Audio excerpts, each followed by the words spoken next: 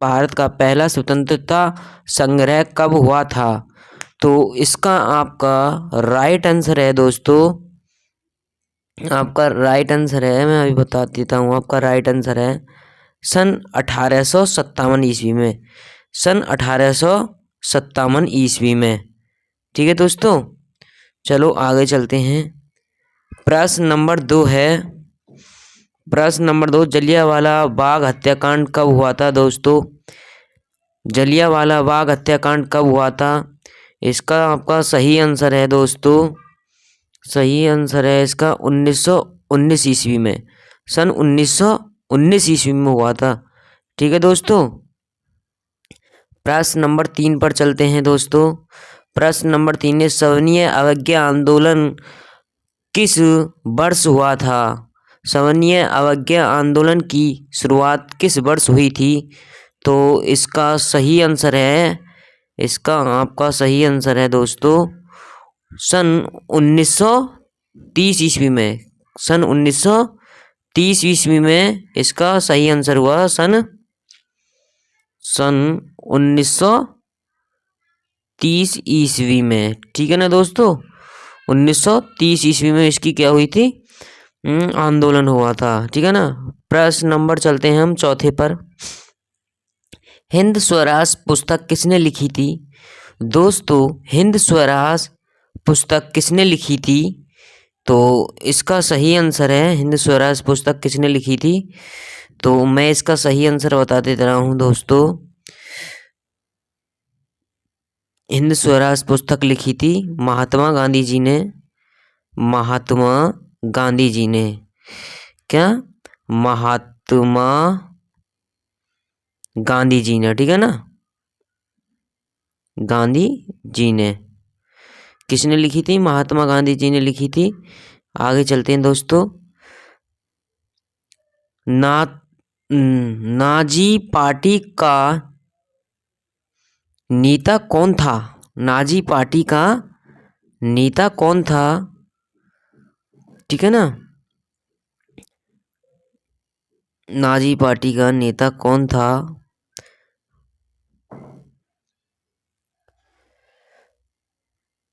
आपका सही आंसर है एडोल्फ हिटलर, एडोल्फ हिटलर।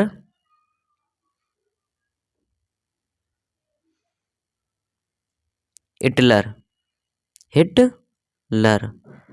ठीक है फ्रेंड्स, इसका सही आंसर यही है। ओके, प्रश्न नंबर चलते हैं छठे। दोस्तों ये प्रश्न बहुत पूछा जाता है, ये प्रश्न है, ये प्रश्न नंबर 6 आपका इतना पूछा जाता है, जर्मनी का एकीकरण हुआ था, मतलब जर्मनी का एकीकरण कब हुआ था? तो इसका मैं बता दूं, सन 1871 ईस्वी में हुआ था इसका, सन 1871 ईस्वी में हुआ था।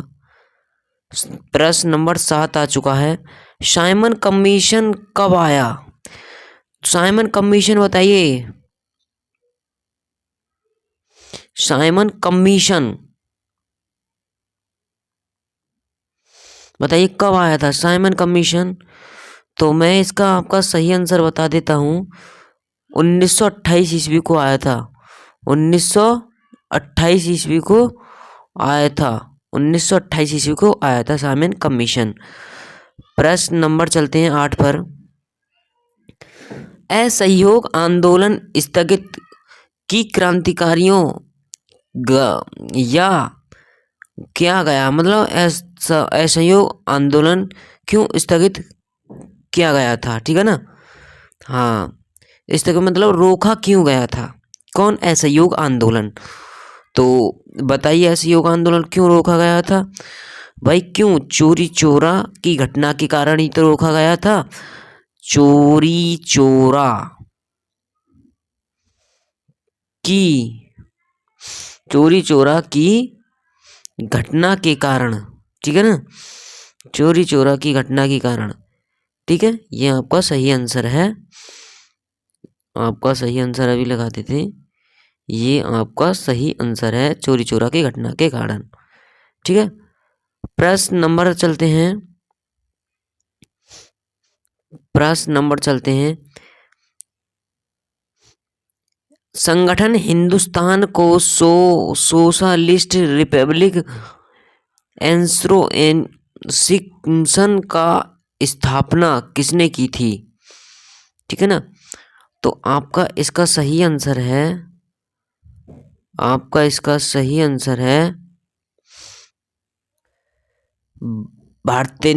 भगत सिंह। ठीक है। प्रश्न नंबर चलते हैं 10वें पर। 10वां प्रश्न है, महात्मा गांधी ने पहली बार सत्याग्रह कहाँ शुरू किया था? तो इसका आपका सही आंसर है दक्षिण अफ्रीका। ठीक है ना, दक्षिण अफ्रीका। प्रश्न नंबर 11 पर चलते हैं।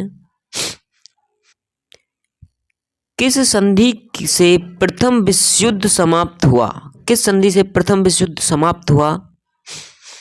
इसका आपका सही आंसर है वर्सोय संधि। ठीक है। प्रश्न नंबर चलते हैं अब हम,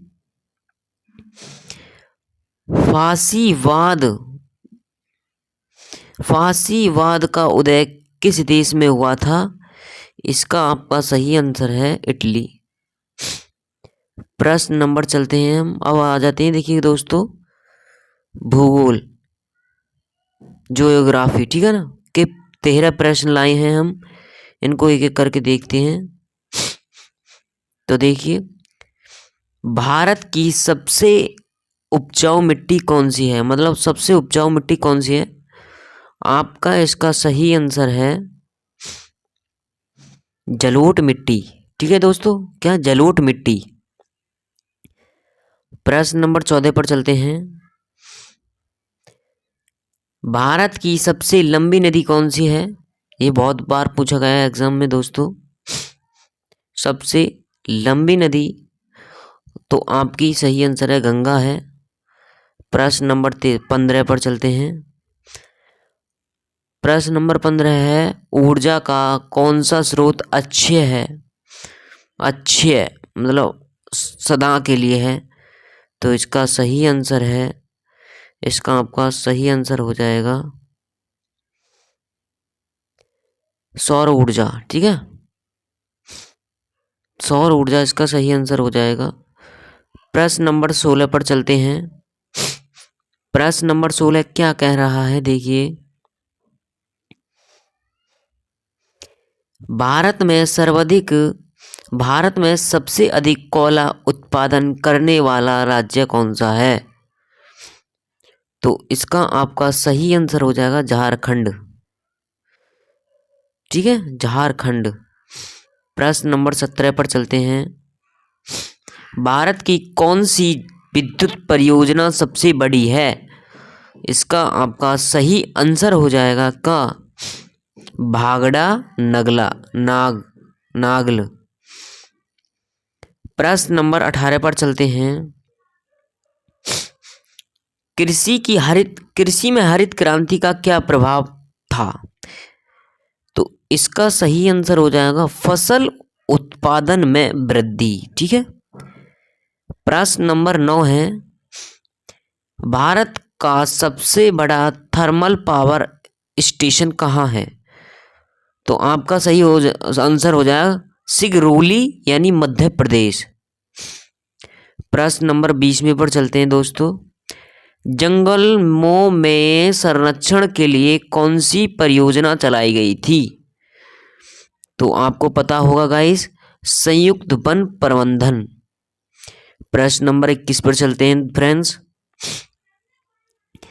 पवन ऊर्जा का सबसे बड़ा उत्पादन राज्य कौन सा है? पवन ऊर्जा का सबसे बड़ा उत्पादक राज्य कौन सा है?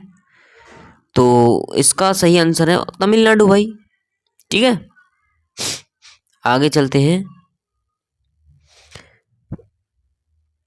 प्रश्न नंबर 22, खनिज तेल उत्पादन की अग्रणी राज्य कौन सा है? आपका सही आंसर है गुजरात। प्रश्न नंबर 23 पे चलते हैं। संसाधनों के अत्यंत दोहन को क्या कहते हैं? तो संसाधन क्षरण कहते हैं। ठीक है। प्रश्न नंबर 24, ब्लैक गोल्ड किसे कहा जाता है? तो आपका सही आंसर है कोला।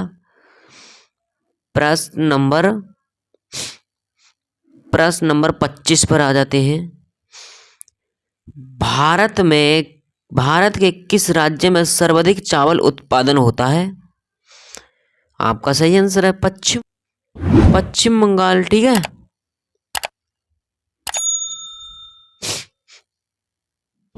अब आ जाते हैं दोस्तों कहाँ से? राजनीतिक यानी पॉलिटिकल साइंस से 13 प्रश्न। तो देखिए प्रश्न नंबर 26, भारत का संविधान कब लागू हुआ था?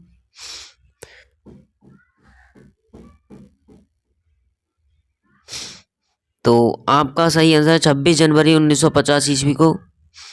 प्रश्न नंबर 27 है, संसाधन सभा के अध्यक्ष कौन थे? आपका सही आंसर है डॉक्टर राजेंद्र प्रसाद है। भारत में कितने मौलिक अधिकार हैं? 28वें प्रश्न है। आपके सही आंसर है 6 मौलिक अधिकार। प्रश्न नंबर 29 है, लोकतंत्र का अर्थ क्या है? आपका सही आंसर है जनता का शासन। प्रश्न नंबर 30 देखिए, भारत में संसद कितने सदनों में मिलकर बनी है? तो आपका सही आंसर है 2, लोकसभा एक राज्यसभा। ठीक है। समानता का अधिकार किस अनुच्छेद के वर्गीकृत में है? अनुच्छेद 14 से 18 अनुच्छेद में। प्रश्न नंबर 32 देखिए, संसाधन का कौन सा भाग मौलिक कर्तव्यों से संबंधित है? भाग कितना? ए, यानी भाग 4A। ठीक है। प्रश्न नंबर 33, भारतीय संविधान में कितने अनुच्छेद हैं? आपका सही आंसर है 395 अनुच्छेद। ठीक है। प्रश्न नंबर 34, निर्वात असहयोग का मुख्य कार्य क्या है? निर्वात असहयोग का मुख्य कार्य क्या है? आपका सही आंसर है चुनाव करना। प्रश्न नंबर 35, संघीय प्रणाली का क्या अर्थ है? आपका सही आंसर है 2 स्तर की सरकारें। ठीक है ना, एक राज्य सभा की और एक लोकसभा की। प्रश्न नंबर 36 है, राष्ट्रीय आपातकाल कब लागू किया जा सकता है? आपका सही है युद्ध, बाहरी आक्रमण की आंतरिक विद्रोह से। ठीक है।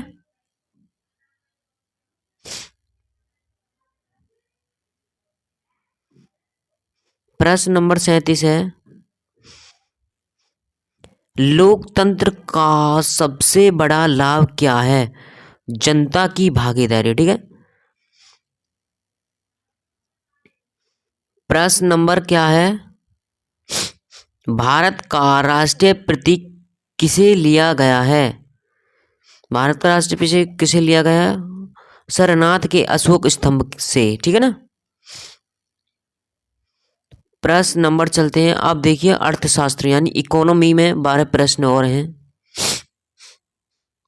विकास का सबसे अच्छा संकेतक क्या है?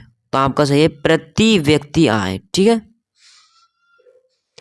प्रश्न नंबर 40 है दोस्तों, सतत विकास का उद्देश्य क्या है? संसाधन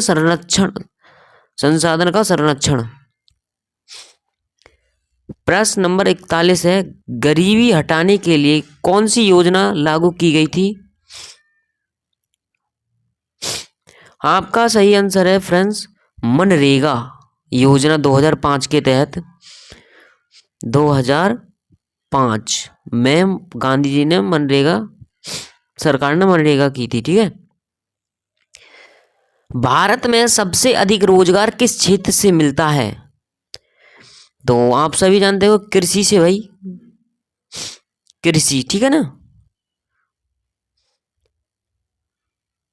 वैश्वीकरण से क्या लाभ होता है? तो निवेश में अवसर बढ़ता है। ठीक है। संगठित और असंगठित क्षेत्र में क्या अंतर है? तो श्रमिकों की सुरक्षा और सुविधा। प्रश्न नंबर 45 है, कृषि क्षेत्र में हरित क्रांति का क्या प्रभाव पड़ा? आपका सही आंसर है उत्पादन में वृद्धि हुई। प्रश्न नंबर 46 है, आधार कर्ज के लिए कौन सा स्रोत बेहतर है, बैंक और सहकारी स्थान? प्रश्न नंबर 47 है, विकास का क्या अर्थ है? तो इसका सही आंसर है आर्थिक और सामाजिक प्रगति। प्रश्न नंबर 48 है, भारत का सेवा क्षेत्र किससे संबंधित है? तो बैंकिंग, शिक्षा और स्वास्थ्य। 49वां प्रश्न है, मानव विकास सूचकांक किससे संबंधित है? तो इसका सही आंसर स्वास्थ्य, शिक्षा और आय, इन तीनों से संबंधित है। प्रश्न नंबर अब है 50 यानी आखिरी, किसके कारण पर्यावरणीय समस्याएं बढ़ रही हैं?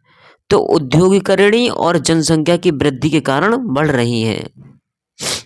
तो फ्रेंड्स, मैंने आपको ऐसे 50 क्वेश्चन करवा दिए हैं जिनमें से आपके 20 क्वेश्चन 100ली फंस सकते हैं बोर्ड एग्जाम में। तो दोस्तों, आपको ये वीडियो अच्छी लगी हो तो एक लाइक एंड सब्सक्राइब जरूर करें दोस्तों।